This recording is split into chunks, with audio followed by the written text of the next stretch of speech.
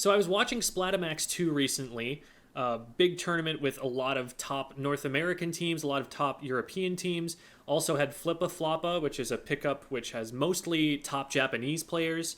So we got to see a lot of different regions competing against each other, which is always cool. Gives you a sense of what all of the top teams are playing in different regions. And across all of that, variety of play styles and diversity of players, I still didn't really see that many weapons that surprised me. So that tells me I've got a pretty good sense of what people are running right now, and it's a pretty good time for me to put together a tier list on what I'm seeing so far. So here we are.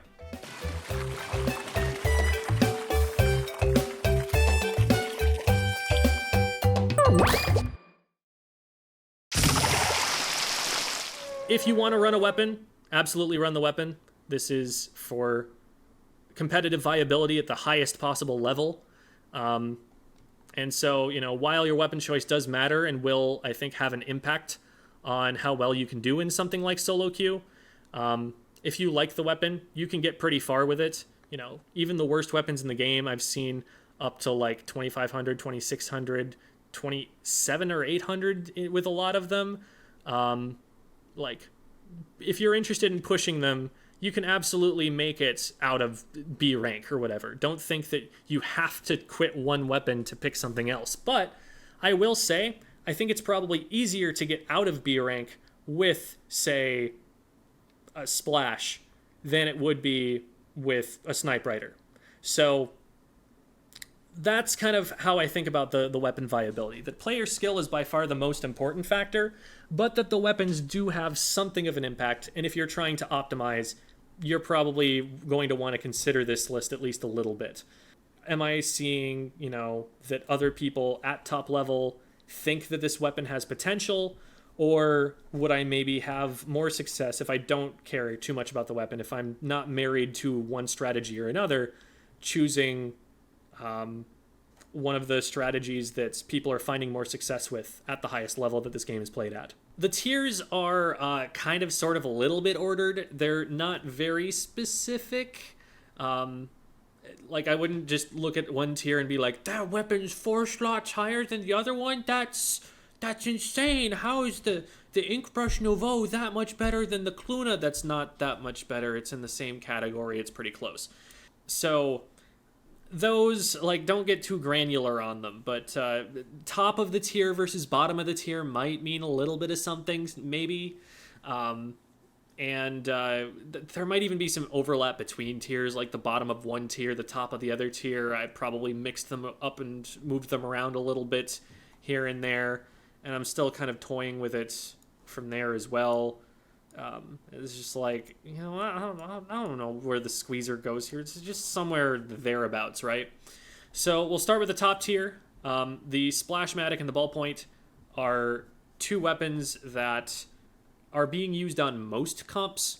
They're not necessary on every comp, and there are definitely alternatives that are replacing them. So this is a lot different from back when you ran 2 Splash-o-matics if you wanted to win the game.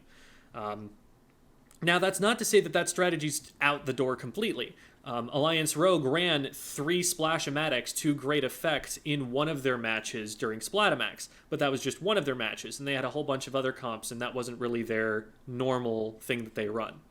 Another thing that might kind of be carrying the Splash right now is that a lot of top players just put in a ton of hours on the Splash already. And so even if they haven't touched it in a while, they can just come back to the Splash and immediately be top level at it again because they just spent so long playing it and got so good at it. It's a very similar effect to like the Kensa 52 Gal from Splatoon 2. Like a lot of people right now can just flex onto a 52 Gal if they want to, because there was a time where that weapon was so ubiquitous in Splatoon 2 that they can just be like, oh yeah, I remember how to play this thing, and they go back to it. So that's also something that I think might be helping that weapon's placement a little bit, but Splash is still extremely strong. Crab Tank is still by no means a bad special. It just has a few more counters now, and it's not just the default answer to every problem.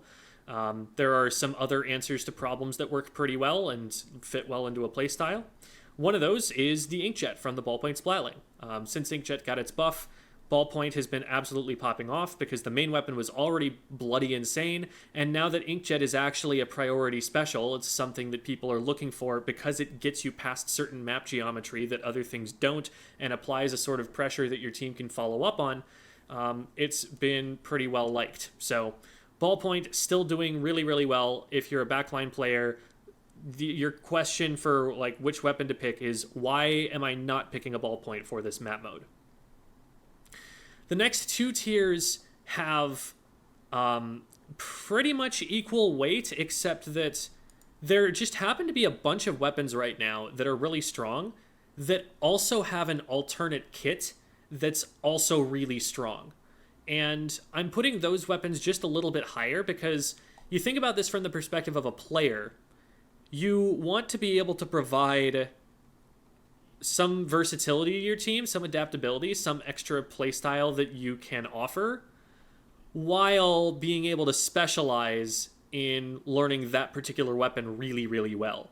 And all of these weapons give you such a great opportunity to do that, that I'm putting them slightly above the others just because, as a player, practically speaking, this will help you, fit into a team comp better if you learn these weapons, because you'll always have something else that you can flex to that could also be helpful to the team. And that's really helpful for, letting you mix in with other teams, helping you in pickups, just like finding the weapon that works to play with the other weapons around you. And so that's why I have these up above. If I were ordering them, it would be some sort of mix. Like if I were to just shove these all together, like the Stamper would still be really high, the Zap would be up pretty high, maybe the Hereabouts or something. Like we'd kind of intertwine them together. But because of that practical, because of that practical advantage that these ones have, I'm going to put them slightly higher just for that reason. So Tetra Dualies have been strong throughout the game. There's never been a time that Tetra Dualies have been bad. They don't paint super well, and so that is one big liability that you get from running them, but they are one of the best weapons at diving, and diving is really important in a game with so many nasty choke points that it's just difficult to get through otherwise. And so they've always been one of the premier options for doing that. The choice between the two is basically, do you want a Zipcaster or do you want a bomb that works? The Sprinkler really isn't doing too much for you here. Obviously, there are some benefits. Obviously, you would rather have the Sprinkler than not have the Sprinkler. I'm going to get so many people in the comments like, but Sprinkler does this for you. You didn't consider that. No, I did consider that. It's just there's opportunity cost too.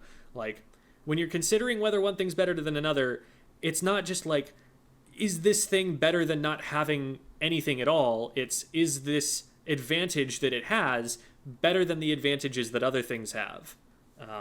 Like, what are you passing up by getting the Sprinkler? And what you're passing up is an Autobomb, which is an excellent choice for the Tetras here. I got splatted in one of the videos that I put up recently by a Tetra Dualie who was looking at a ledge that they wanted to drop over, saw that it was painted my color, dropped an Autobomb in there, and that Autobomb went and found me. And then I was stuck because I was out of range to be able to hit it, and it was able to safely engage on me knowing exactly what angle to shoot at. That's great synergy for a weapon that wants to be diving into enemy ink so often. It lets them know where the enemy players are at and what to target, and makes it so that it's safe for them to just roll into enemy ink and not have to worry quite so much about whether they're going to get sharked for it. So right now the Dark Tetra Dualies are, to my estimation, doing a little bit better. Like they're maybe like 70-30 or something for Dark Tetras. But light Tetras are still absolutely seeing use. Like we saw matches in Splat-o-matic where it was a Dark Tetras player versus a light Tetras player. So it's definitely, you go back and forth between the two play styles. And basically when you go onto the map, you're just looking to your Tetras player like, hey, which of these are you going to pick for the map? And they go, light Tetras for this one, dark Tetras for this one. And you work from there. It's a little bit different with the Splatana wipers.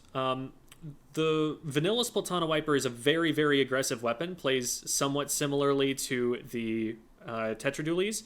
It can't, dive quite as much as it just, gets into annoying places and is difficult to dislodge. It's more of, a cockroach than that's, you know, a bear that's just barreling you down. But it ends up having a very similar impact. The Deco Wiper, though, is a lot more of a supportive weapon. It's a lot more similar to like a Tentatek Splattershot or a K-Shot from Splatoon 2, where it's going to be a lot more measured about when it decides to go in. It can go in. Its main weapon allows it the same mobility and everything, but without a torpedo to work with, without an aggressive special that it wants to pop like right in front of your face, it's a lot less likely to want to do that, and it benefits from sitting back and painting as well. So if it goes in, it's going to go in on an opportunity that it knows it can take, but if it doesn't see one of those immediately, readily, apparently, it's just going to start painting for missiles, and then it's going to use the missiles to go in instead. So it's a much more methodical playstyle, and those who have only been playing the vanilla Splatana Wiper for a while, it's going to be a bit of an adjustment, not mechanically, but playstyle-wise for sure, to get used to the new one. Even so, still a very valuable option. It's one of the premier missiles weapons in the game right now. It's the one that, you know, if you're going to grab missiles, that's probably the weapon that you're going for. It's bumped every missiles weapon down a little bit on the tier list because it exists now. And it's doing just fine, and we're seeing it on plenty of comps. Neo Splash, you're like, wait, what's the great alternate kit? Oh yeah, it's up here in the top tier. This is a much more supportive weapon than most of the other weapons, you know, anywhere near this level on the tier list here.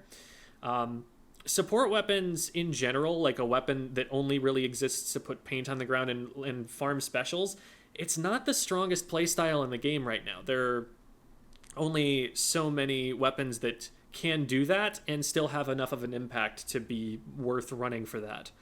But this is probably one of them. It just paints really well. When you have to go in and slay with it, it can still absolutely do that job.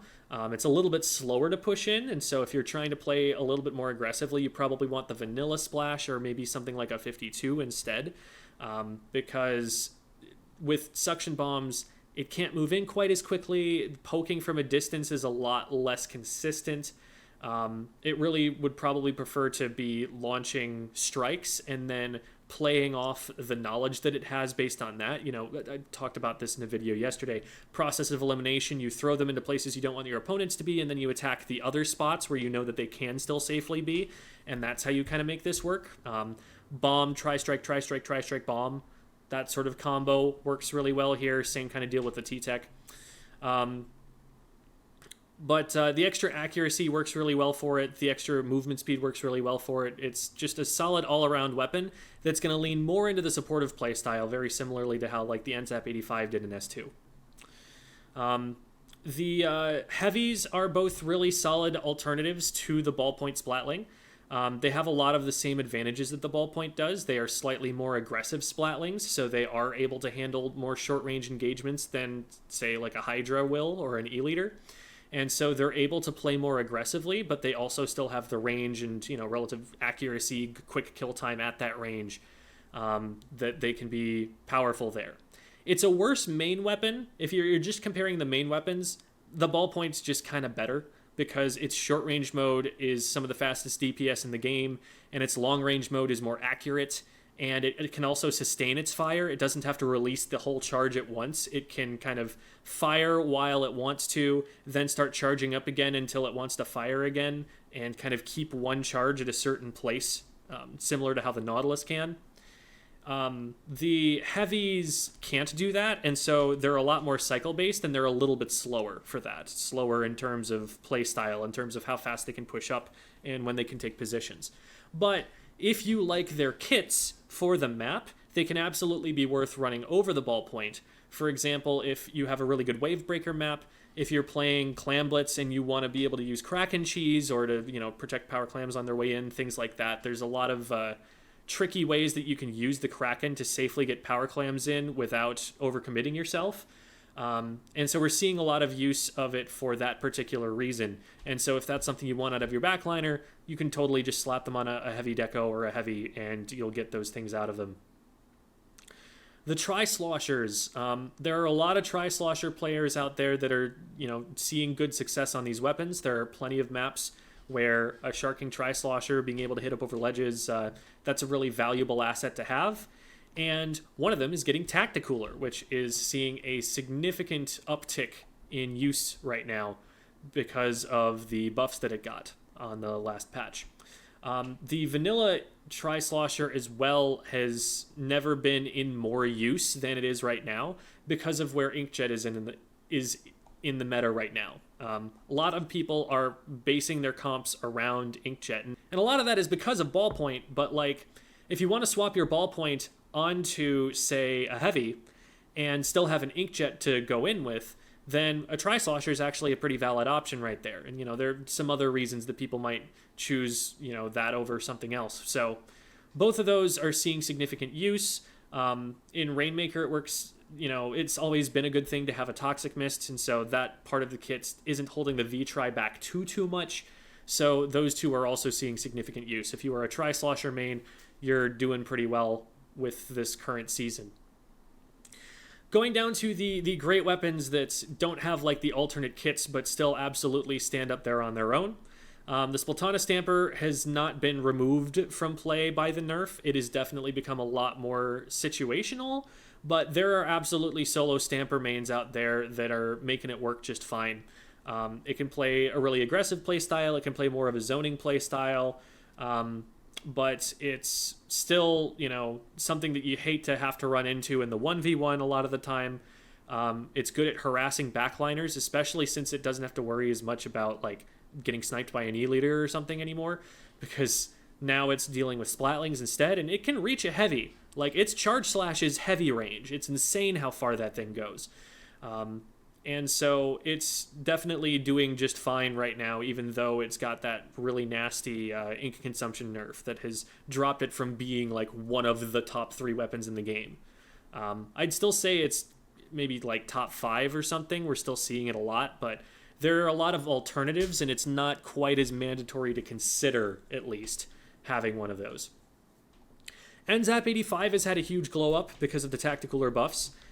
People are now building entire comps and entire team playstyles around Tacticooler, and the primary source of those Tacticoolers is generally the N-Zap 85. Tri-Nouveau, if you have a Tri player, can absolutely be that cooler player, but if you're building around cooler, you're probably going to run it on a Zap instead. That's probably going to be your support player who's just picking that up. Cool thing about the N-Zap is that it gets the coolers really fast enough that you basically have like no cooler downtime. You just kind of expect that you're always fighting when the enemy team has a cooler out, which is insane. That sways their trades so far in their favor. And it's a weapon that can still fight reasonably well with the cooler buff. It's not the best fighter in the game, but it is something that can fight like a short-range shooter can. It has decent range, decent accuracy. It has a bomb to work with. Like, it can go in and do short-range shooter things, and you can't underestimate an N-Zap player in the 1v1, even though they have maybe the slightly slower kill time than some of the other weapons, or, they don't have dodge rolls or a wall to work with or whatever else. Still a very scary weapon, especially if it's running at you with cooler. It's going to be moving very fast, and it has a pretty fast kill time, all things considered. So, super strong weapon right now, and if you played it back in S2 and you've been missing it, try out the cooler, because it's about the closest to the S285 that it's ever been. Carbon Deco. There are not that many Carbon Deco players right now, but one of them is Volti. Volti's playing for Alliance Rogue, which is one of the best teams on the planet right now. And every so often, Volti just gets a quad. On top teams. It doesn't matter who they're playing against. Every so often, Volti is just going to get a quad. And the team is set up to enable that, and it's letting them win a lot of matches. So I would be wrong to put the Carbon too far down, even though it's definitely, I would say it's probably the single rarest weapon, with the possible exception of the S-Blast here, out of all of these to actually see played at top level. S-Blast, as we know, Chara has been pushing this weapon quite a bit. When I play this thing in solo queue, I look at it like, okay, not everybody is, fully mechanically comfortable on this weapon yet, and it doesn't have the best kit, but man, in the 1v1, sometimes it just feels like I don't have a way in on this thing. Like, if they play this well, if they don't make mistakes, I actually don't necessarily always know what my answer is to that weapon. Sometimes I have to just avoid it. It's kind of scary. Like, I feel differently about it than I do with something like a range blaster, where I know this particular range against it it doesn't have a lot it can do. It's kind of slow. It can kind of have trouble getting away. Not with this thing. With that jump blast radius, it can kind of just hit me even if I'm close to it, and so it's difficult to fight against. I think that thing, it's going to be really difficult for people to get their minds wrapped around to really figure out how it works. I think Char is going to do a lot of good for it, but it's still going to take a lot of investment on other players to really get the hang of it. But I feel like that thing is still absolutely a high tier weapon.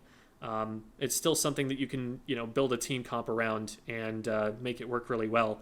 And I expect that we'll probably see more from it as time goes on. 52 has always been in a good place. Very similar, like we've always mentioned, to the K52. It doesn't have the same quite as good continuation special in the Booyah Bomb, so it's not quite as unkillable as it used to be. But there are still absolutely times where I'll confidently take a 1v2 because I know that I can use the wall to shield myself from one player. I'm confident I can beat the one, and then I can get on the other side of the wall to fight the other player. Like, there are lots of moves like that where it's just like, yeah, this weapon just kind of works still. It paints pretty well. It's not like this is a detriment to the team that you're sacrificing paint for slaying power. Like, this thing barely paints less than a support does if you're really going for that. Really, the main reason that it doesn't paint quite as much is more just that you're more likely to be taking fights and dying more often than that it doesn't put that much paint on the ground. Maybe a little bit less than like a Splash or something, but it's definitely, I think, on par with something like a Splattershot if you're trying to play it the same way, which you won't. But it's still a very high paint weapon, and so you're not hurting for having one of these on your team in the way that you are if you try to run like a Carbon or an S-Blast, because those weapons really need the rest of the team to paint for them. The 52, it's not going to get in as fast, and it's not going to have quite the same multi-kill potential, but it's going to be able to push forward confidently. It's going to be able to keep itself safe, even in situations that a lot of other weapons would not be comfortable pushing, and it's going to put paint on the ground for the rest of its team to follow up and be able to help it get in. Flingza is in a really weird spot. I feel like the correct answer is to put this thing down in Outclassed. Like, not that bad, but Outclassed. Because that's kind of how I feel about it. I think that it is pretty outclassed right now by the other backline weapons that you've got, or the other kind of pseudo-anchors you have. You've got the Ballpoint, you've got the Heavies, you've got the Stamper. Like, between those options, there's not as much of a reason to run this thing anymore, especially since you can now just get missiles from a Deco Wiper if you want it. So, like, there's less and less of a reason to run this, but also, I can't put this thing below the Varbin. I can't put this thing below these. Like, it's too good for that. It's just, like, outclassed, but only, like, 2% worse than other things that you could be running. So even though, like, nobody's using this thing, it's also just like, I don't want to drop it any lower than it is right there, because this is just, if you were to take those, say a Ballpoint player and just swap them out for a Flingza, that team comp isn't hurting that much for it, right? Like, you're not, like, dooming that team in the way that you would be if you were swapping it out for, like, I don't know, gold arrow spray or something. Like, you're not hurting them as badly by putting that in. So it's just kind of in this awkward I don't really know zone, and that's where I decided to put it. Y'all anchor players can kind of weigh in on what you think there. Next up, we have a tier of weapons where I'm like, these you could totally play, and like I totally see those being run on a competitive comp all the time. It makes sense. I'm not confused about why you're choosing this. There are definite use cases. It's just like, it's not a weapon that I would say I recommend solo maining. Like, if you play Stamper, you can just play Stamper. You can just study the blade. You can just ignore every other weapon in the game, and you're fine right now. Like, you don't have to learn anything else. Stamper will work with your team pretty much anywhere you want to run it. Maybe you have like a pocket pick that you run for some map mode that you're not super happy with, or that your team comp doesn't work well with, but like, a team can run a Stamper that's a solo main. I don't know that a team wants to run a solo main of these weapons. Like, it might be a good idea to have a couple of alternatives that you can throw out there if the team's like, I'm not sure we want that on this map mode right now. Machine, its fall from grace is what made the healthy state that the game is in right now possible. It is a good thing that it is down as low as it is, because it was locking out every other AoE weapon.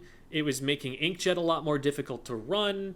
It was really a frustrating playstyle to fight against. Like, the game is better for the sloshing machine having been nerfed. That said, there are still absolutely use cases. If you were good at the sloshing machine before, it will probably actually take a little bit of an adjustment, because the fire rate nerf is kind of impactful. Like, people do notice that when they're playing. Like, their timings feel messed up.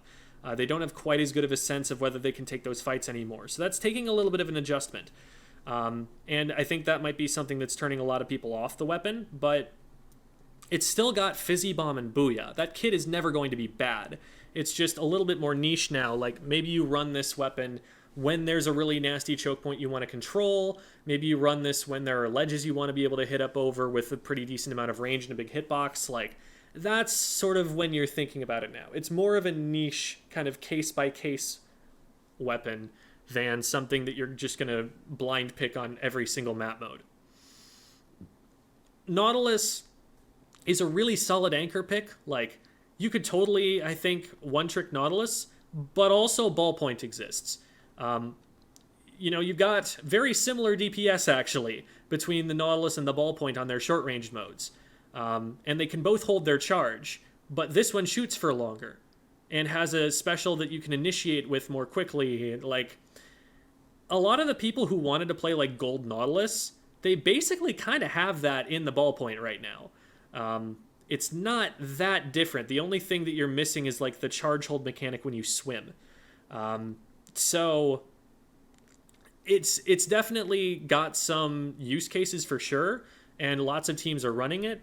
It's just something that you might also want to mess around with the other Splatlings too. You probably don't want to be solo maining this all the time. Might be that you get more value out of running a different kit at some point. And that's not a bad place for it to be. Like, Splatling players probably aren't complaining that I'm putting it that low, considering that they have all of these other phenomenal options here. So, next up we've got the Splattershots. Splashes have generally been prioritized by top players over Splattershots. I think a big part of that is their accuracy, that they can trust in their aim with the splashes and know that if they aim, they will hit the shots. The movement speed is also really valuable. I still like Splattershots a little bit better for the matchup against Tetra Dualies, which is a pretty common matchup these days. The extra little bit of range helps a lot with being able to track these things down. But the V-Splash does at least have a burst bomb for dealing with them. And, Crab Tank, a little bit of a higher priority special than like Azuka or even Tri-Strikes. So these are like just a little bit lower in that there are some alternatives to them that it's hard not to consider. I've found myself playing more and more 52 as time goes on. In fact, I'm about to hit 5 stars on this thing now.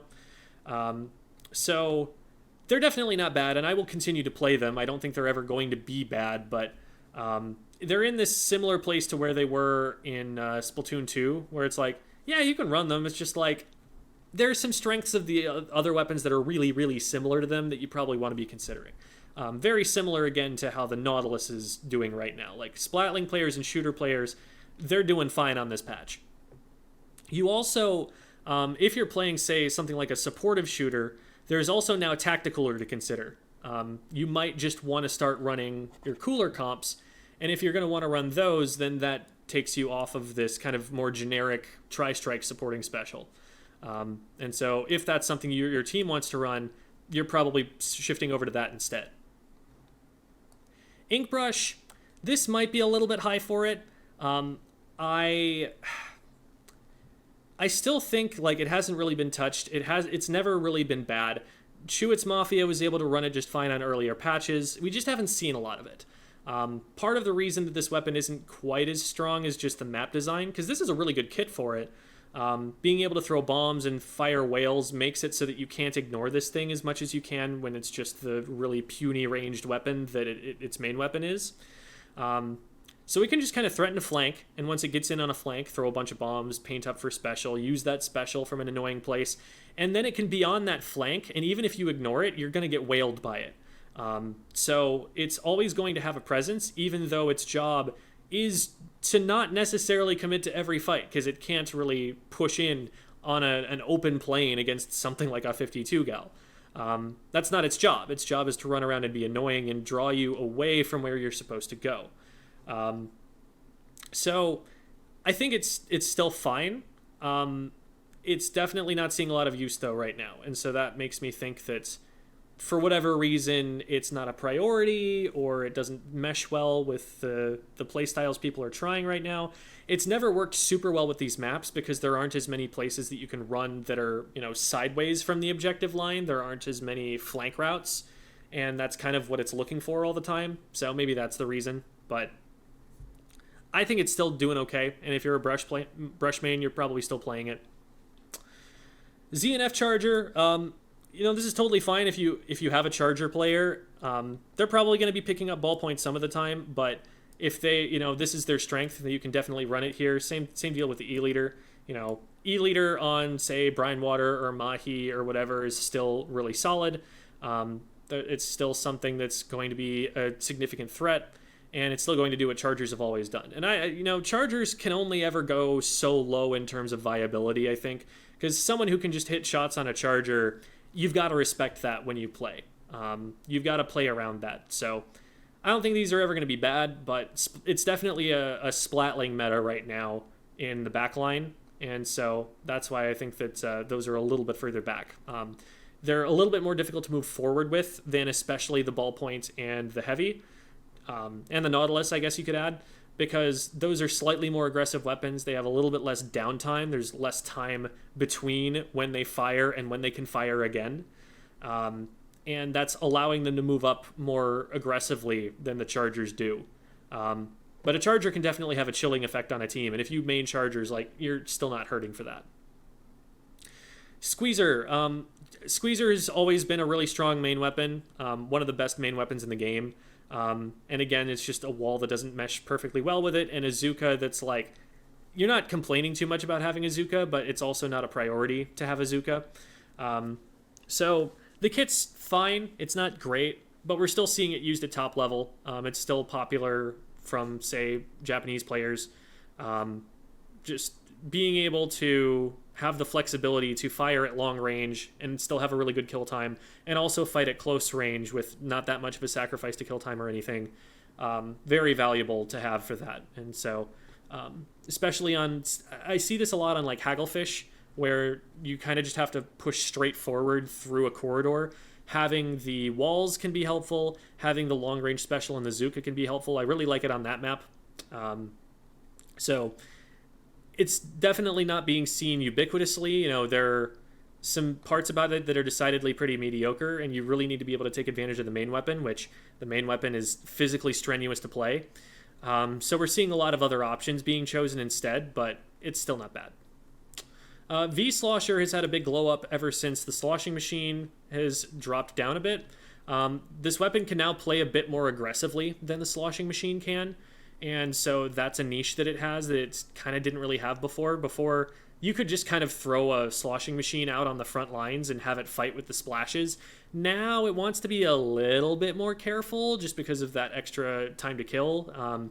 It needs to be a little bit more measured in what fights it takes, and the V-Slosh is having no such problems. I think it was Madness was just absolutely popping off on this thing with Jackpot. And the things that you can do with the projectile on this thing, the Sloshing Machine hitbox is big, but you can't curve your bullets. This weapon can curve its shots, and it can curve them in a kind of custom way so they can wrap around stuff. And it's the main weapon is really a very beautiful thing.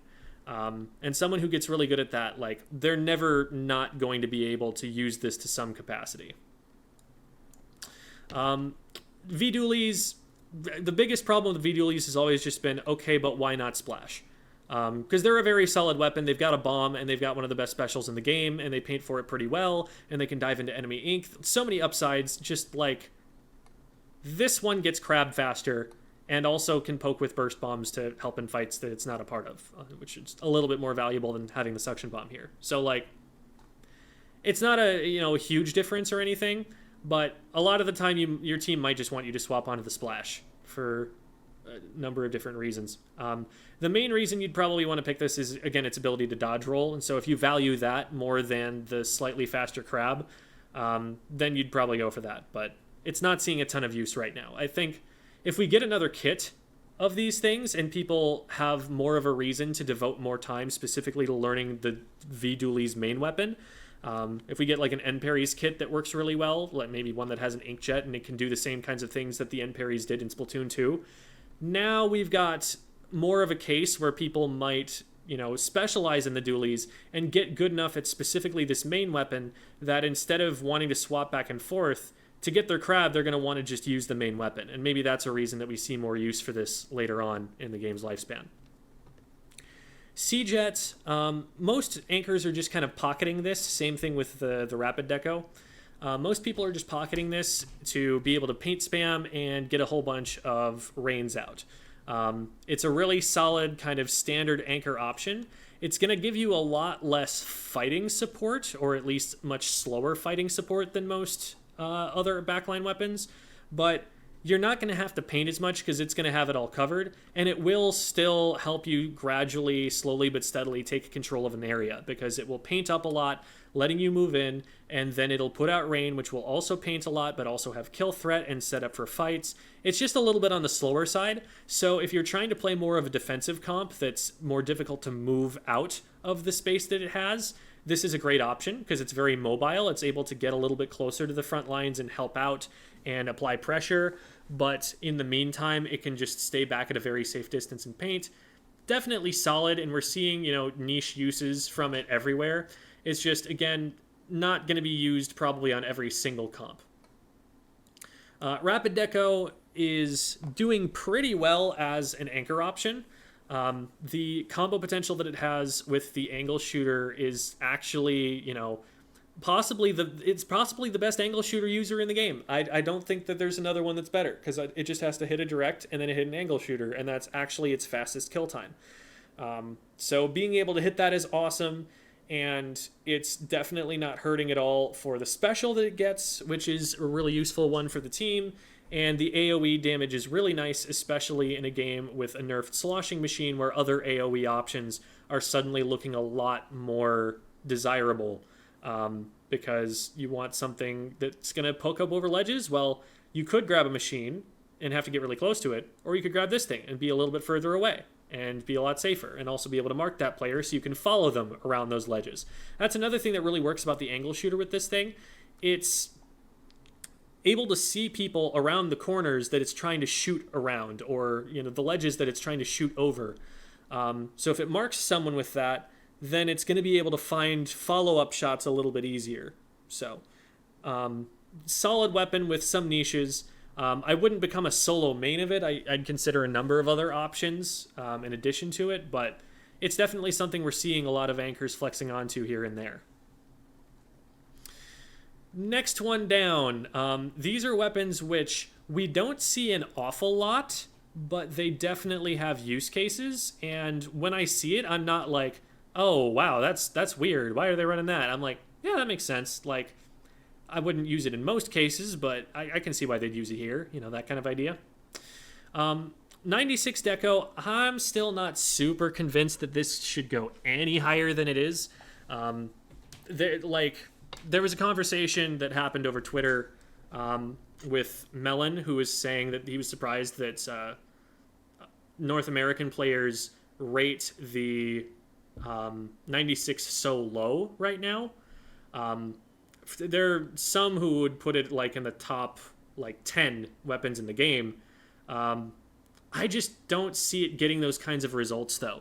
Like, when Melon specifically used it the last tournament I watched Melon play, they lost on I think he was playing with Flippa Floppa. They lost that game. The 96 got splatted in every engagement that we saw it take on screen, and they quickly switched off and won every single match afterward. It just did not work with them as well. And I haven't seen it being used too often, and I haven't seen it get like these massive results. Like the Carbon Deco, I haven't seen it used very often, but the people who are using it are winning major tournaments in the West. Like Alliance Rogue is one of the best teams on Earth, and they prominently feature playing around the Carbon Deco. I'm not seeing those kinds of results happening for the 96 Deco. And so, call me a hater if you will. I just don't feel very convinced that I can put this any higher than it is here. I honestly, like, I want to put it down here, but I feel like I'm seeing too much use right now. I don't know. The other thing about it is that it gets Kraken, and people are actually using Kraken right now specifically to cheese Clamblets. They're using it kind of like baller strats.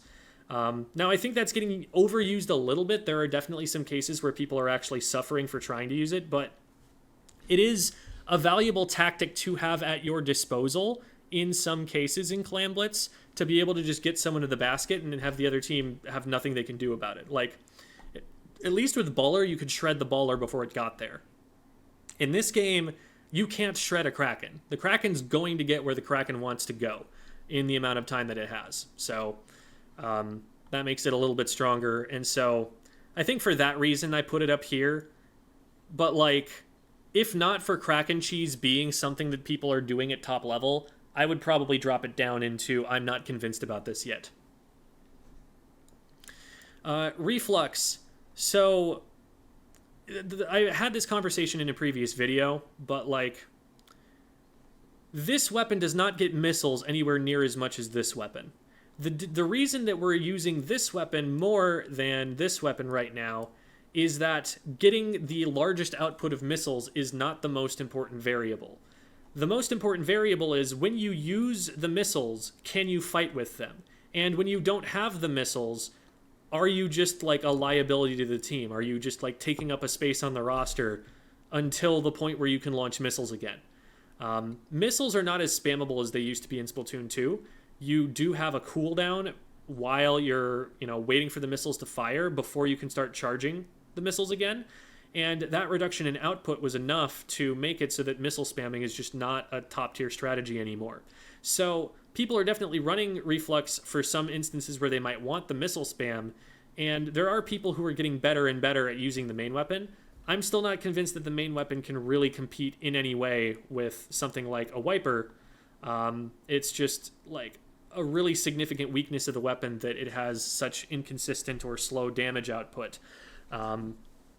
If people start popping off hitting one-shots with this thing, and that's, reliable, and that's something that you can count on someone to hit, then, it's kind of in a similar spot to the Squiffer, where the Squiffer I have down here because you can totally solo main Squiffer in this game. Like, the main weapon is strong enough that if you are good enough at hitting shots, this thing is worth having on a team despite its kit being pretty mediocre.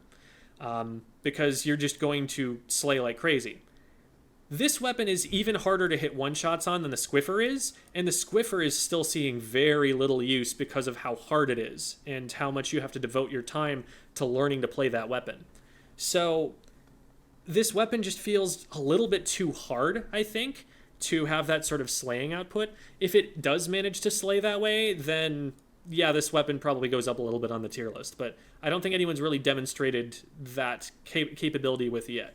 I'm still seeing people rely more on tap shots, or rely more on just using it as a paint support.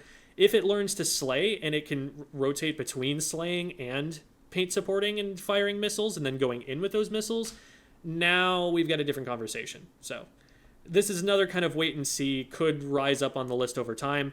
Right now, I don't feel like that's where it is And I'm going to need to see more people pushing it before I can feel as comfortable recommending it to that degree.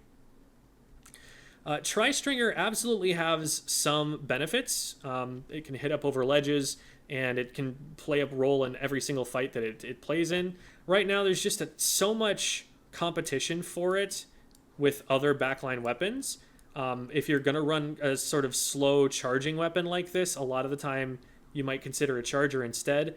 It's dealing a lot more chip damage than it is like going for straight up picks. Whereas like these weapons can totally laser you, and so it's a little bit more team dependent to, you know, have follow up on the damage it does. It's just like, I think it's solid, and you can totally pull this out. It's just harder to find niches to play it in, as things like Ballpoint are in such prominence in the metagame right now.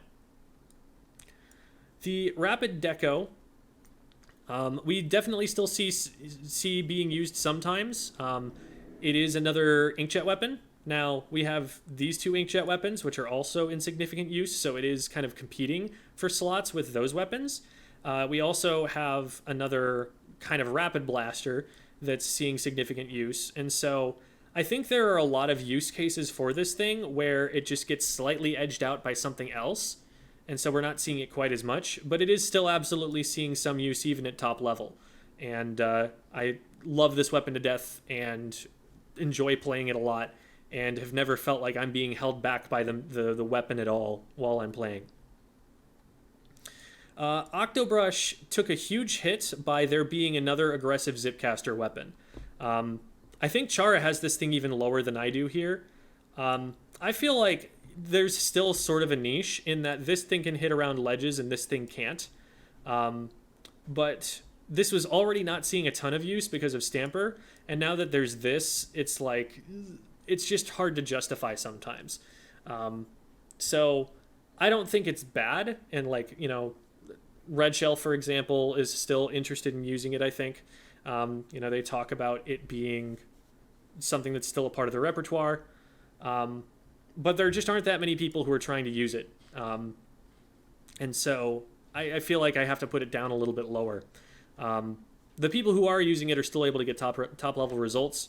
Just, it feels like more of an affectation sort of weapon, where it's like you're playing this weapon because you want to play the Octobrush more than because this is absolutely the singular tool that you're going to use to win. Like if you want to run a zipcaster weapon, you're probably running this. If not, and you want to play more aggressive, you're probably running this. So. N-Zap 89, this thing can act kind of like a budget missile support in that it gets a lot of super chumps, and super chumps are like missiles, but just like half as effective, which is still to say that they do something and that, you know, they're valuable for an aggressive team to have. It's just, I feel like super chumps need a little bit of a buff for this to be up here with the other N-Zap as one of the more viable support options in the game. That special in particular just doesn't get you quite as much value as other things that you could get. It's still valuable. It paints and it creates situations where you can see your opponents, but it's harder for them to see you. It makes them force, you know, shots and their ink tank on deleting the dummies so that they don't just completely run out of space to work with. There are definitely advantages to having it, and it's, you know, great at farming that special and outputting it in a reliable fashion, just like a good short-range shooter does. It's also good at pushing in with them. We talked about that when we talked about tactical pushes. It's just like, super chump is not what you're probably building a team comp around most of the time. And there are double chump comps that have absolutely worked. We actually experimented with that by accident a little bit on Silly Comp Sundays, where we ran a quad chump comp. And when we launched them all at once, we were like, wait a minute, this is actually really hard to fight against. You can set up plays like that where you're like, oh, wait, no, this is real. Like, this is a thing that works. Problem is, you probably need two of them to make it work. You really need to commit to double N-Zap 89 to make those kinds of plays happen. And that's a lot of weapon slots to commit when you've got all these things above here. So it can work. It's definitely like not something to scoff at, but it's probably not something you're going to run most of the time. Explo is extremely map mode dependent. There are probably like 3 map modes or something in the game where you want to run an Explo, and there it's excellent. There it's a great Explo map, but most places it's just got so much competition. Again, from the anchor position is a very heavily contested role right now, and it's just a little bit slow, a little bit easier to pick on when you get up close to it. Like, you run it in Explo, it's probably dead. You run it at Ballpoint, you're probably dead. So it's got some, it's a little bit slow, a little bit too easy to run down. You're more likely to run something like a Nautilus right now, I would say, if you're trying to run Rain. Or, you know, C-Jet if you're trying to farm it. Then Big Swig Express. This is a paint spam weapon, and it gets a pretty solid special for paint spamming that creates more paint for you. It can sometimes maybe find combos with the line marker, I guess. I don't know. That's not the strong part of it or anything, but it is a support, and it can maybe get some information or mark some people from a distance with it. So not the worst thing in the world. Mainly probably just something you're going to run on splat zones when you really need to spam paint. I don't see this being such a hugely desirable weapon in other modes, but it's so much better now that they've buffed the damage. Like, that was something the main weapon sorely needed, and since it got it, there are actually times where it can be threatening. You know, it is a roller. It can hit up over ledges. And two-shot is, you know, it's kind of slow that it gets the two-shot, but at least it has a two-shot. So that's pretty nice. Slosher Deco, it's kind of hard to justify when you've got, you know, this for Zipcaster, this for Zipcaster. When you've got these two options, if you want just general AoE, when the Rapid Blasters are doing okay. Like, there are a lot of other things that it's competing for, but there are definitely use cases where I can be like, yeah, if you want this and you want this, and the Slosher Deco has both of those, then sure, run the Slosher Deco. We're getting into some really, really niche ones here, because you almost never see the L3D or the V-Carbon, but on paper I look at them and they're like, they're not that bad. They're fine. Like, an L3 with a burst bomb is a great combination, and it can totally go aggressive when it needs to, so that makes it more valuable as an aggressive option than it would be if it were just trying to paint passively. The Nozzlenoses are more of a zoning style painting weapon. There's something that you're trying to control space with and move up slowly with, and that's not a great way to play the game in its current state. So having a more aggressive form of that makes this a bit more viable. Is this the most viable Nozzlenose? I think it is. I don't think there's another one that's better than this. Yeah. And it's just because it's more mobile, more flexible, more capable of pushing up, has that aggressive special to work with. That said, this weapon exists. This also gets the hammer. It's also able to push up aggressively. The main weapon supports that better because of its ability to paint for itself much, much better than the L3 can. So it feels pretty outclassed in that regard, but at least this thing can function as a painter a little bit better than the Splatana Wiper can. So I would say it's got a slight, you know, niche over it in that regard. And then the V-Carbon, I retweeted a post by Redshell about how Redshell can definitely see a niche for the V-Carbon over Octobrush in some situations. Now, Octobrush I already think is pretty niche, so, you know, putting this on par with the Octobrush isn't saying that much, but I trust that opinion, and the main weapon is definitely still strong. You know, it still will one-shot a lot of the time. It doesn't always need the burst combo, depending on how well it plays, and it does synergize pretty well with Zipcaster. Just again, you've already got all these other Zipcaster options, so these two are teetering on the edge of outclassed. These are in a place where I'm like, there are definitely other weapons I would probably run over these, but if you want this and this and this, and you need that exact combination of things on one weapon, okay, maybe this is the one you go with in that case. It's not like something I just would never understand using.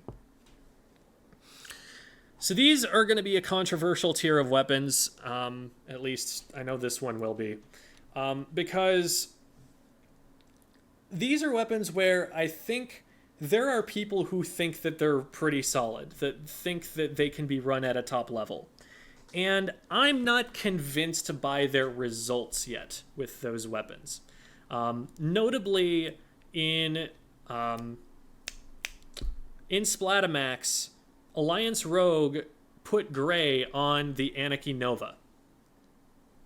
And they lost, and I didn't feel like it was having quite as much of an impact as, say, the Neo Splash was. And I don't like it as an alternative to Ballpoint, because I think that the Ballpoint... I haven't been able to really lab this out because I'm not really an expert on painting with the Ballpoint, and maybe I'm just not good enough at it or something, so I'm not sure that my tests would be great there. But my sense is that they paint about as well as each other. Like, the Ballpoint is really seriously very good at painting. And so it's not like you're getting inkjets faster with this thing. And it's not like you have more range than this. And it's not like you have a bit better kill time at any range with the Nova. I guess you're slightly more maneuverable because you don't have charge time. But you're still not a lightweight weapon or anything, so it's not like you have some big mobility bonus. And a Fizzy Bomb I'd much rather have than an Ink Mine.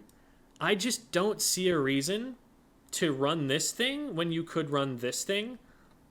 I guess Alliance Rogue is set up in a very specific way.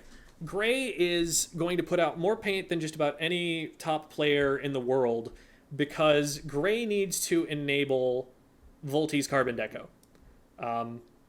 And I guess maybe Gray is more comfortable doing that painting on a shooter weapon. And so maybe it's like a comfort thing that they're trying to try out the Nova here, and then they can, turn the jets on literally and go aggressive when they get the inkjet. Even in that particular scenario, I want to see them start winning with this before I can feel comfortable saying that I recommend it. And I have not seen that yet. So, when they win, specifically, obviously, you're going to run into Alliance Rogue, and they're going to be running literally any weapons in the game, and they're going to absolutely wipe the floor with you. It's going to be hilarious how much they dumpster you if you just run into them in Anarchy Open. That's not what I'm talking about, though, because Alliance Rogue is capable of beating the best teams in the entire world. And they went and played the best teams in the entire world at Splat-o-matic. They did not win when they were running the Annaki Nova. They won more often when they were running a different weapon in that slot. So I'm not convinced about this yet. I want to see more top-level results on this thing before I'm going to recommend it to anyone. The Tenta Sorella Brella. This is something that Tent players have been coming out of the woodworks to try. Because now they actually have a kit that doesn't have ink vac on it. And they're like, ooh, wait, maybe this thing is useful again. And so far, from what I've seen at top-level results, the answer is still no. We saw Simo trying it specifically in Splat-o-matic, and granted, I haven't seen Simo playing. Maybe Simo has just, not been on a team and has been playing a ton of, +1 scrims or something and has kept up with it super well. Or maybe Simo has been taking a little bit of a break or something. I don't know what's going on in their life in particular. So maybe that wasn't the best showing, and maybe I'm, underselling the weapon based on that sort of a result. But it did still seem like the tent was dying a lot, and it seems like that's always just kind of been the thing with the tent. It's a fairly slow-moving weapon, and that still doesn't fit super well into the Splatoon 3 metagame. So I don't know, maybe Simo or Shadowwind can weigh in on that one for me and say what they think, but it still feels solidly like a mid-tier to me. It still feels like something that hasn't quite made its way up to viability. I think it's by far the most viable Brella, and so if you are committed to being a Brella one-trick, this is probably the one. I guess Tent one-trick, because Brella and Tent play very differently, but if you're going to be a Tent one-trick, this is definitely the one you're using, and, whatever I put it on the tier list, that's not going to stop you. But it's not something that, if you play another weapon class, I would say, oh, switch off that weapon class, pick up the tent right now.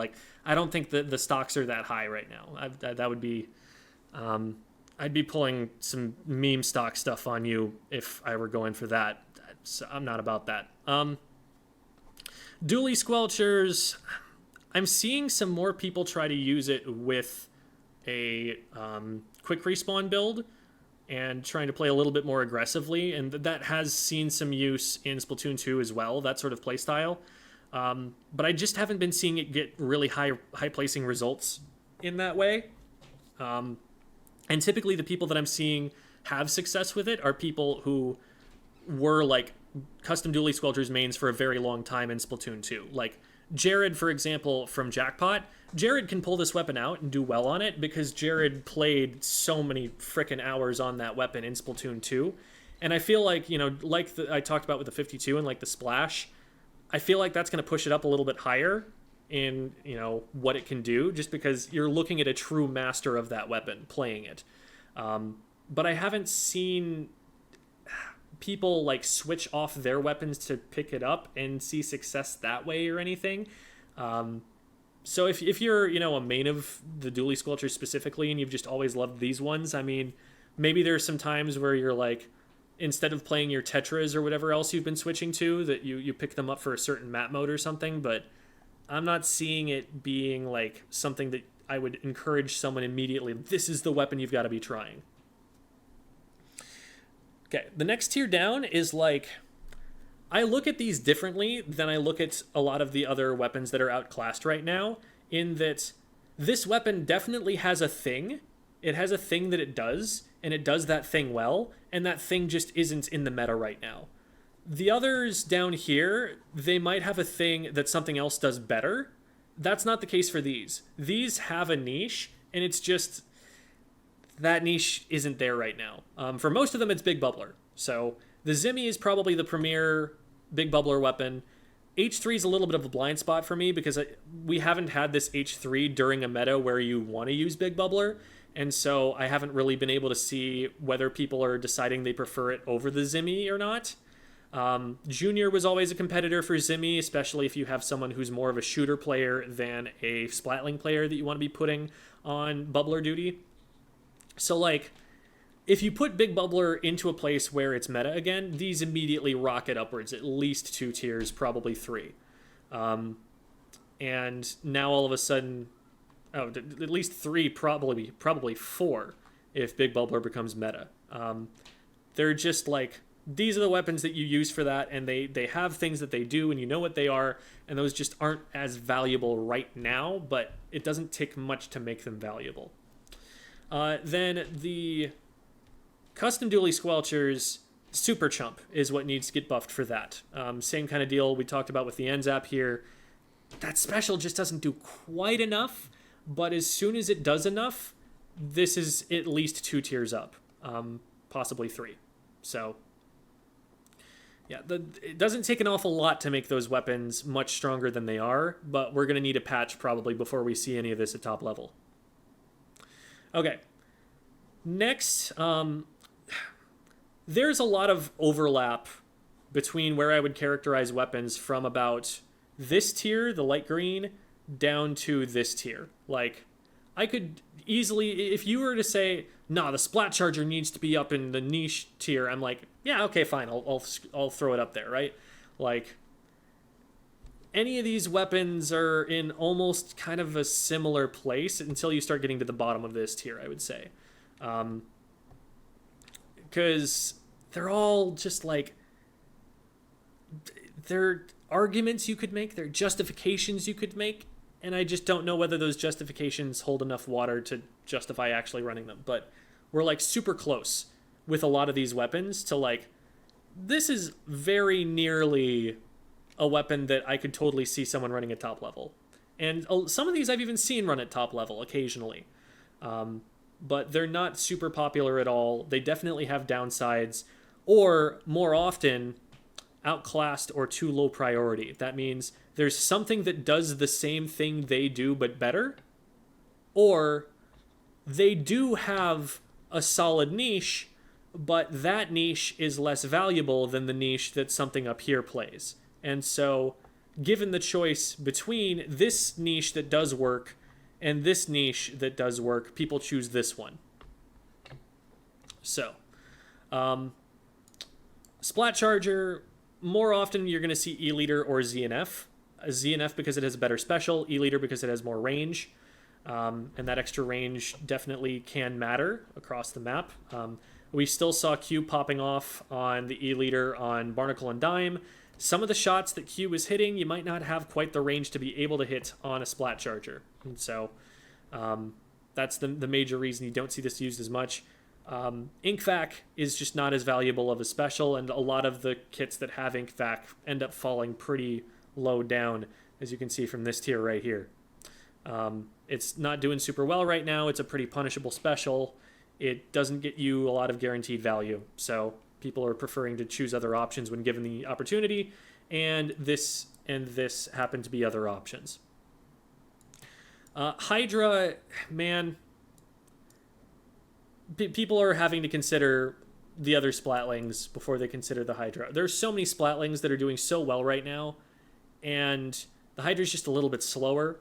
Like, the big advantage that the Ballpoint and the Heavy have over the Hydra, which has more firepower objectively, is that they're so much faster, that they're so much more maneuverable. If someone gets on top of them, they're going to be able to get charge in time to fire back and splat them. Like, everything has to be so much more planned and careful with the Hydra. You have to position in such specific places with it to make it work. And moving up with the rest of the team is slower, which means you take space more slowly. It's still an absolute monster if it actually gets into a good position, but there are too many things to push it out of that position, especially now that we have a new missiles weapon in the game that's very popular. Missiles are the bane of the Hydra's existence. They make it really difficult for that thing to be able to actually maintain charge and stay active in the game and have an impact. It can survive it just fine, but that's not the problem. The problem is if you never fire the gun, you're never actually going to get that much use out of it.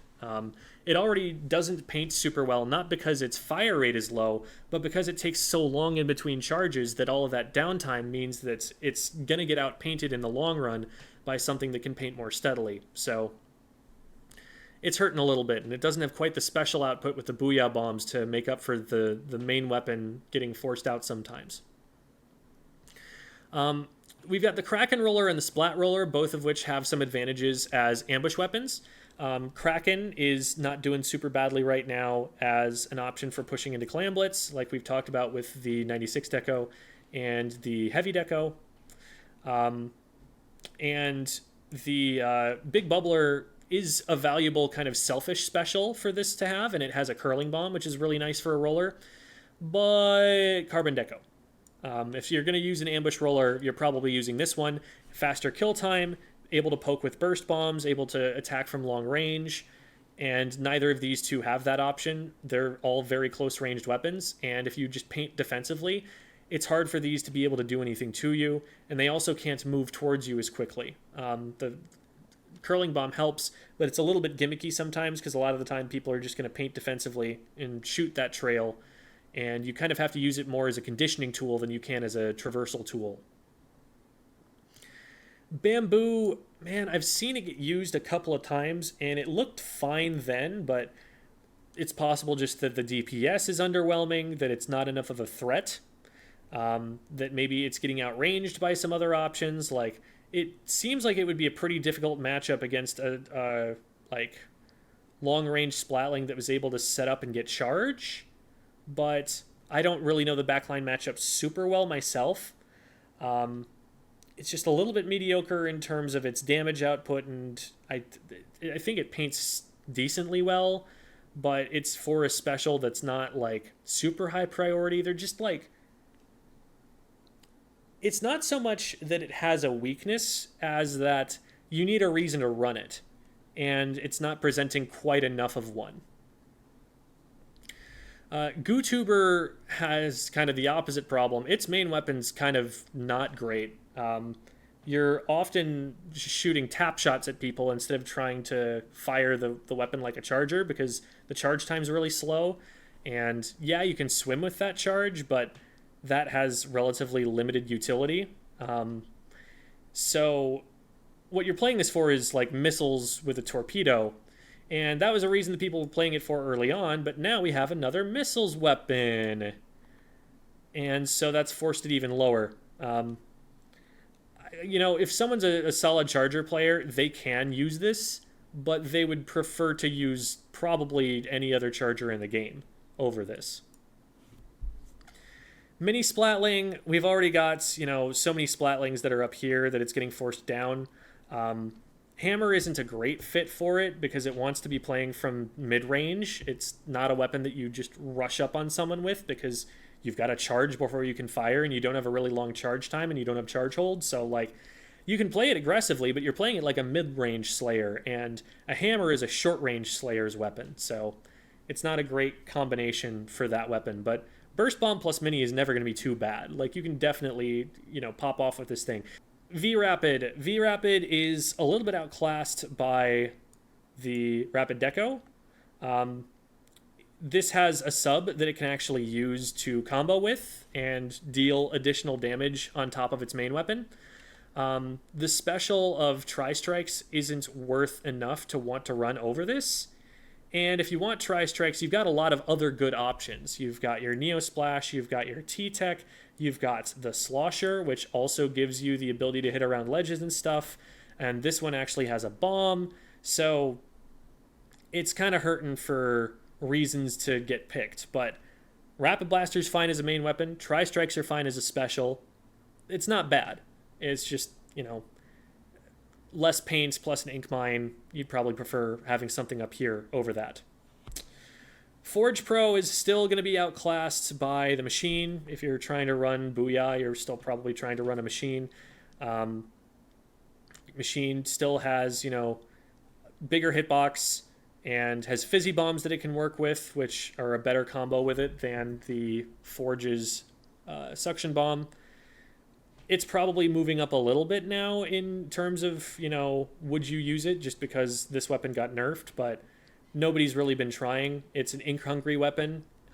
So one of those weaknesses, you know, that the Sloshing Machine shares with it, it can't say, oh, well, it's a more ink-efficient Sloshing Machine, because it's not. It's still not ink-efficient. It really kind of needs a buff in that area before it's going to be super worth running in a lot of cases. Paintbrush, I have not been super impressed by its placements or anything so far.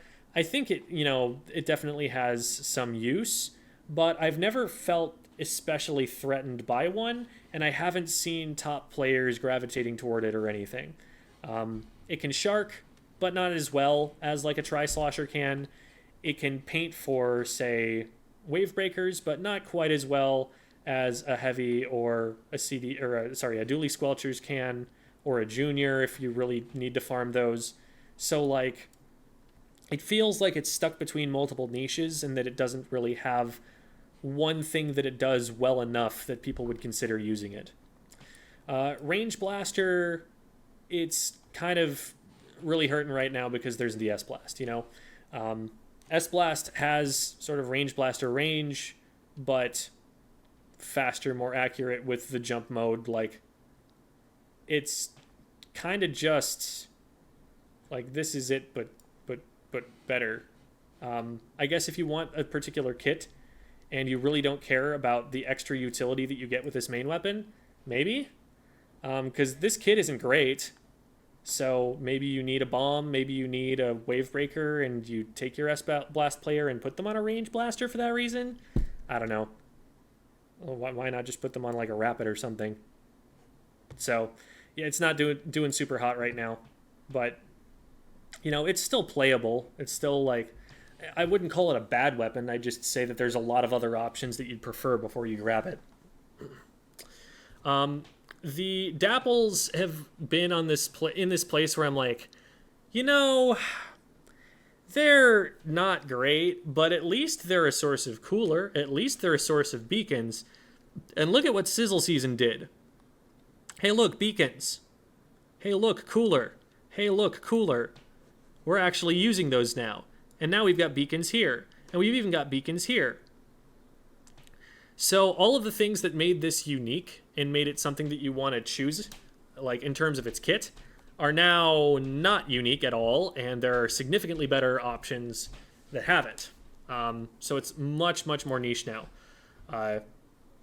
Its ability to get on top of someone and make them dead really quick at a very short range is still solid, but again, that's not enough to carry the weapon because people at a top level are going to paint defensively enough that they're unlikely to get jumped by this thing. It's much harder for it to close distance. At least with the Carbon Deco, if you can't get in, you can throw a burst bomb or something. And when you do get in, it one-shots. It's like unreactable damage, as opposed to this, you might occasionally actually be able to get out of range of it, get off its center line, because it has to hit 3 shots. I don't know how doable that is mechanically, but it's definitely a lot more consistent to hit this big AoE one-shot than to hit these 3 relatively precise shots that you have to do after dodge rolling. So, still, you know, very consistent killing at that range, but this is a little bit more versatile as an ambush option, and it has a significantly better kit for letting it in, given that all of the utility that you get from this, when you were using this as a support weapon, you're now getting from higher tier options. Gloogas, they'll still have the problem of fire rate, and I don't think that's going away anytime soon. Like, maybe they decide to buff it in some way, but I don't know. The paint output is too low, the precision is too high, that you specifically need to hit exactly every shot, because you just don't get enough shots with the fire rate being as low as it is. So it's got a really good kit. I just don't think that it's going to see top level use for a long time, until they decide to address that. V-Blaster, I talked about this before. It just feels too comp dependent. And if you're going to run a weapon that's going to be really paint dependent and get in, we're seeing too good of results on the Carbon Deco right now, and I feel like that would be an option you'd go for. If you're looking for AoE, you've got the Tri-Slosher, and that's probably what a lot of those kinds of players are going to want to gravitate toward. If you're looking for a longer range AoE, you know, you've got these guys. Like, there are plenty of options that do very similar things and don't have a big bubbler. This is another one where, like, if Big Bubbler is better, I could see it moving up at least to, like, this sort of area. Like, if Big Bubbler is something that's desirable, maybe you want an AoE Slayer that's really paint dependent and nevertheless is your source of Big Bubblers. I don't know. I could see it getting up to at least, like, hereabouts. But right now it's just hard. Speaking of being hard, oh my god, I'm so sorry, Dynamo players. You guys need your gold kit yesterday. Tacticooler is really solid, but this is the weapon you're going to run, or this is the weapon you're going to run if you're getting a Tacticooler. Because Dynamo just can't run in and fight with a Tacticooler as well as other weapons can. Its whole goal is to try and be a wall, and to try and let other people run into it. It's not trying to force fights because it's slow as molasses and it can't get in there to force the fights. It's very positional based, and none of that works super well with the Tacticooler. And it doesn't have a bomb to support it super well. I guess it can help farm for the special better, and there's some protection you can get from it. It can paint your feet sometimes, but give the Dynamo a real kit and let the Dynamo mains get back into the game, please. They've been playing Flingza for too long, and even Flingza isn't seeing a lot of use right now. These are the aggressive dapples, the ones that you're using if you're trying to run at the enemy team and, like, be a QR Slayer or something. And hey, look what has a really similar kit to that, but is just a better main weapon in almost every way. Only thing this has over it is the kill time, but it has like a third of the range, and it has fewer rolls, and the rolls don't go as far. It's just worse than the Tetra Dualies right now. So if you're gonna, run this, I would seriously urge you to consider the Dark Tetra Dualies instead. L3 Nozzlenose, same problem that it's always had, which is that it competes with the single best weapon in the entire game for its special, and what it offers in terms of a main weapon that's different is a little bit more range, true, although the burst bombs do make up for that significantly on the Splash. Being more aim intensive, which is not great, having a significantly lower fire rate, which is also not great. There's not much of a reason to choose this over the Splash. And it's like, it's a fine main weapon. It's not bad, but it's not super well suited to the meta of Splatoon 3, and it's got a better competitor in the Splash and in really the V-Dualies as well. Same kind of issue for the Splattershot Pro. We talked about how Splattershot Pro is a very ink-hungry weapon, which doesn't bode well for it wanting to paint for crab tanks. So that's not a great option, and it also has the weakest sub-weapon in the game, so not too much more to say about that there. Custom Jr. is, it's a weapon that is kind of the archetypal support in that it's going to paint the map a lot and be a little bit annoying, but not actually have that much kill threat on the enemy team. Like, nothing that it does is that scary that it's going to, like, make someone get splatted right away. It's kind of like the Tri-Stringer in that it's going to have an impact on a lot of fights, but it's not going to be able to win a lot of fights by itself. It's too short range and inaccurate to win with its main weapon. Torpedoes can be shot out of the air. Wave breakers can be shredded and jumped over until they are. Like, every aspect of it in fighting has so much counterplay that it's just not enough of a threat. At least with something like a REEF-LUX, you know, I can talk about how I don't know that the main weapon can fight that well, but missiles are a kill threat. Missiles are something that will absolutely force you to move pretty drastically, and there's not a lot that you can do about them being out on the map, and your team can absolutely run in with those and win fights. A wave breaker sometimes can feel like that if they're already committed to the fight, but it's kind of hard to get to them, whereas the missiles are going to be right on top of them right away. And again, this is a support weapon that is not seeing that much use right now. So you give like a weaker version of that, you know, fights just as poorly with the main weapon, if not worse, has less range, has a sub weapon that's going to get shot down, so it's not going to do damage that often. I mean, same problem with the curling bomb, I guess, that it's not going to do that much damage. It's kind of like outcompeted in that support slot. You've also got this that it's competing for. You've got this that it's competing for. You've got this that it's competing for. Like, there are too many other support options for people to want to consider this right now. If wave breakers get buffed or something and become a major part of the meta, I'm sure it comes back. But right now, it's just not seeing a lot of use. Sploosh is kind of hard to run. You need a very specific comp and people who know how to play around it, and it's a play style that's like, it's fine, but it's not something that like everyone needs to be running. The weapon's extremely short range and easy to kite.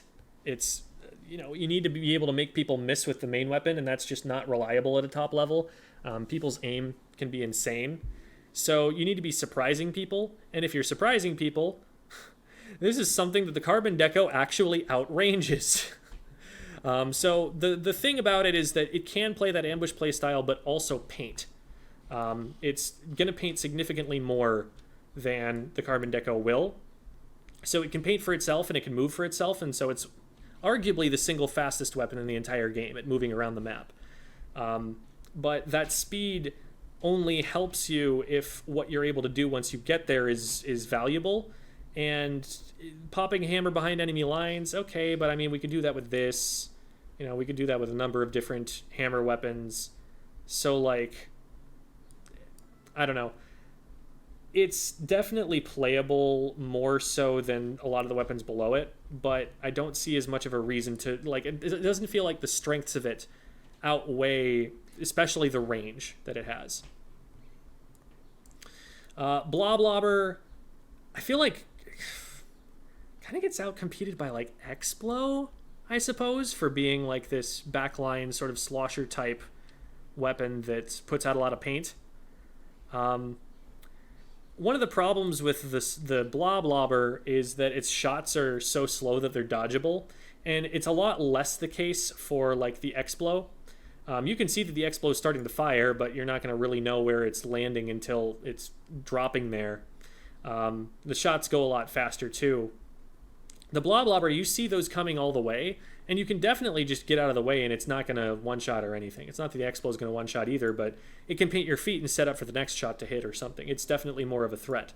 And they're going to get the same special. So, yeah, I don't know. It feels like the Bloblobber is probably just outclassed by this, would be my guess for why it's not seeing a ton of use right now. Not consistent enough DPS. Still, you know, going to paint less than some other weapons in the game can. It's not super special, but it's not super bad either. The Big Swig does have some weird niche for cheesing zones, but at this point I think that the Big Swig Express is probably the one you want to be running instead, because an Ink Vac is pretty situational, and I don't see it being usable in as many cases as a rain will be, even in something like zones. So you'd probably rather just have this instead. The V-Jet, again, you know, it's an ink vac weapon, and there's a better version of it higher up on the tier list here. This also has line marker, which makes it, you know, even more difficult to use. Whereas this, you're going to be able to output that paint and actually get more value out of it because you're getting a special. It's interesting. They're both actually ink vac weapons that go to a rain weapon up higher up on the tier list specifically. So, yeah, definitely not something I'd recommend when you could have this up here instead. If you do think of a reason that you want an ink vac, then this is on the table. It's just that there are fewer reasons that people want this right now. And so that's why I'm putting it here. You could make an argument that it's like up here, like niche, but there's still some understandable use for it. I don't know. People just don't generally want ink vacs right now, especially when they have so many alternatives to the ink vac weapons that came out with Sizzle Season. The Lunas, I have never been a huge fan of, and I was debating putting these down in I don't recommend these competitively. But I think there's a little bit of kit synergy there. You know, you've got Splat Bomb plus Zipcaster, both aggressive on an aggressive weapon. But also, like, you've got Carbon Deco, you know, as a sharking option.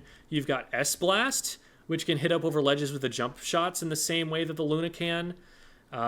There are a lot of options for doing the things that the Lunas do that don't sacrifice anywhere near as much on paint or range. So, also Zipcaster, you're now competing with the light Tetras as well.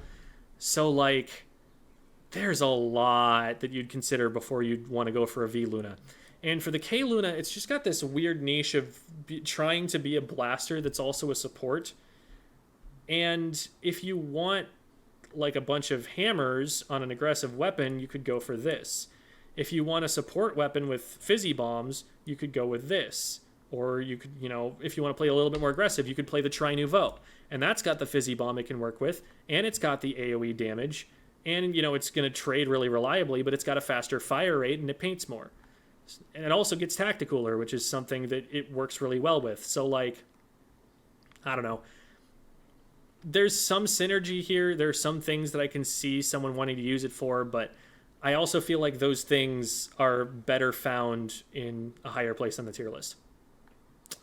Okay, we've got a couple of gimmick strats to address here. There's the Opening Gambit Nova, which it can, you know, if you get the Opening Gambit triggered, then I would move it up into this tier because the weapon's a little bit faster. It's able to have a pretty significant but small amount of impact on the map by using that Opening Gambit and moving around quickly and using a lot of whales and stuff. Like, when Opening Gambit is active, it's not as anywhere near as bad, and I'd put it up, you know, maybe a couple tiers higher. The problem is that Opening Gambit can run out, and as soon as somebody sees a Nova, they're thinking, well, it must be an Opening Gambit Nova, because what else are you going to do with a Nova? And so they're going to be able to play around that and try and avoid going down early. And then once their 30 seconds are up, or whatever it is, you know, depending on how many assists they get, it goes back to just being a Splattershot Nova, which is one of the weakest main weapons in the game. Has just absolutely wretched damage output. And sure, it's got a little bit more range, but it's so inaccurate that you don't necessarily even want to be fighting with it at that range.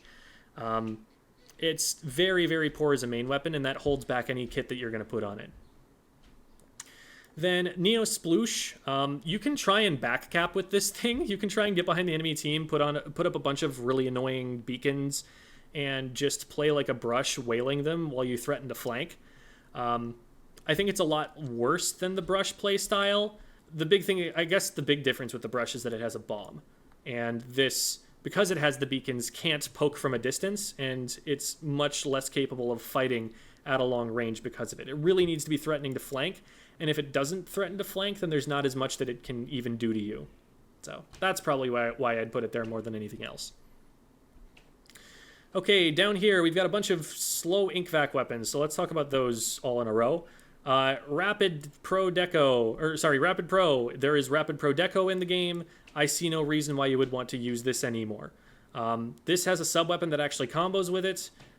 Maybe there's a time where you want the Toxic Mist, but is the time that you want the Toxic Mist also a time that you want an ink vac? I don't know if that's true.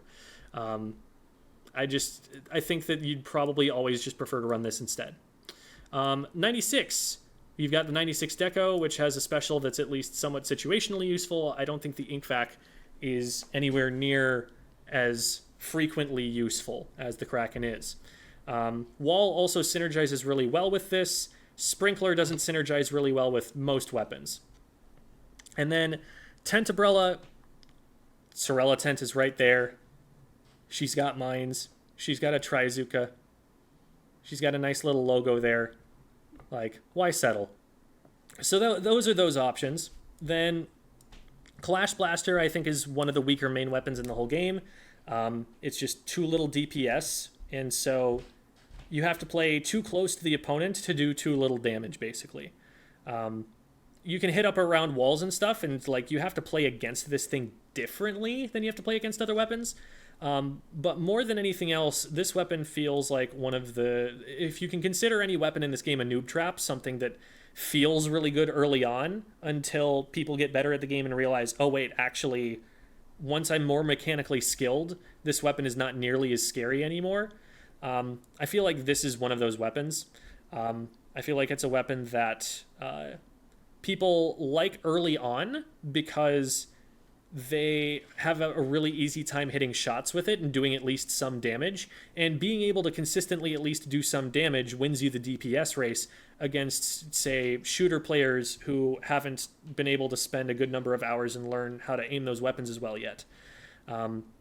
So same kind of deal with both of these two weapons. That's not to say that there aren't some players who still really like the weapon and find use cases for it at higher levels. I'm not saying that everyone who plays this weapon is this like brand new player who just can't aim yet, but I find that that's a lot of the appeal for a lot of people who try to play it, and that as people get more used to the game, they start to stray more and more away from the Clash Blasters. This one has a much better kit though, which is why it's up a tier.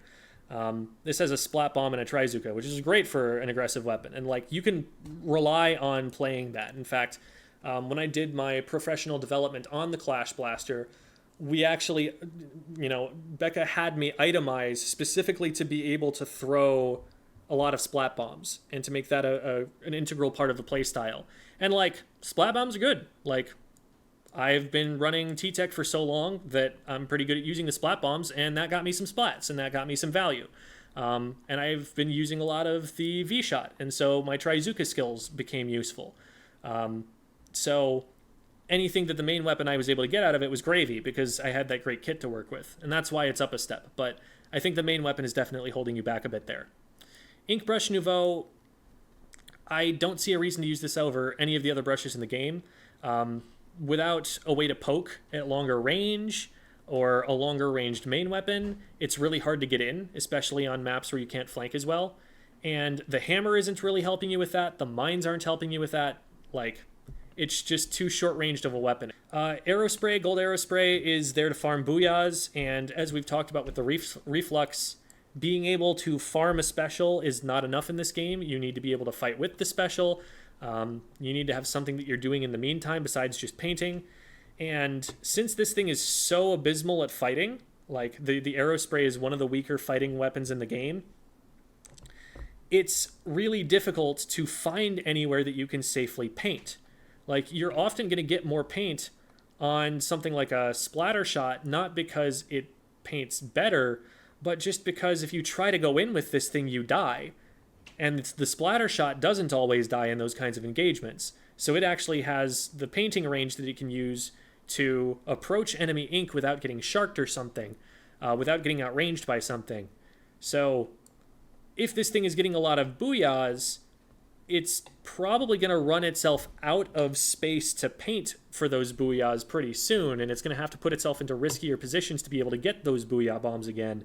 Like, this is a weapon that's going to slow down as the game goes on, because it just doesn't have as many places that it can get that special farmed from, and that's the only thing that it's there for. Finally, H3 Nozzlenose. It is one of the worst tacticaler weapons in the game. Not the worst, as you can see from what I've got down there, but because tacticaler is something you want to put on a weapon that can push up and take trades. And for whatever reason, they've decided that this should go on some of the slower main weapons in the game. Like this is a charger that has to not only charge, but then hit 2 shots with the charger. This is the slowest moving hunk of metal that you can make someone carry around. This thing has a really slow fire rate because it has burst fire, and there's a big cooldown in between sets of 3 shots. So these are really poor candidates to receive Tacticooler, and you know, for a zoning weapon that wants to be able to just paint safely and get a lot of special output, this is not the special to be giving it. Also, not having a bomb is a big problem for this weapon. This having a wall isn't ideal for it, I would say, but at least the main weapon synergizes well with wall. It can use it kind of like a Glugas do, or a 52 does, or a 96 does, to do kind of mid-ranged threatening damage from a distance. So that's kind of nice for it, but a bomb would be super nice if it's going to get a kit like this. Finally, we have the weapons that I think are the absolute weakest in the entire game, and these have not really changed too much. Aerospray just has a really weak kit, is a really weak main weapon. You know, fizzy bombs are great, but you know what else has fizzy bombs? Like every other fizzy bomb weapon is something I'd prefer over this. All it's going to do with that paint is farm for reef sliders, which are really aggressive and very frequently fail, and being aggressive is not what this weapon wants to do because its main weapon is bad for fighting. So it's just a mismatch all around. Snipe Rider, like we've talked about, it's a charger that doesn't one-shot. If it's going to be a charger that doesn't one-shot, it had better be faster. It had better have something else that sets it apart. But it still has a very similar charge time, and the ability to hold that charge and fire multiple shots in a row. I mean, it'd be nice if they one-shot, because then you could have multiple one-shots. Then this would be terrifying. But they don't one-shot. It's a 2-shot, and it's a fairly slow 2-shot as well. And it's a very pinpoint accuracy 2-shot. Chargers are already hard to use because you have to hit 1 shot. But if you have to hit 2 shots in a row, and all you can do is walk in the middle of that, it's just, the main weapon has some fundamental flaws with it. But giving it Sprinkler and Tacticooler didn't help either. So yeah, I don't think we're going to see this being used a lot until it sees significant buffs, and probably another kit. Undercover Brella has been talked about to death.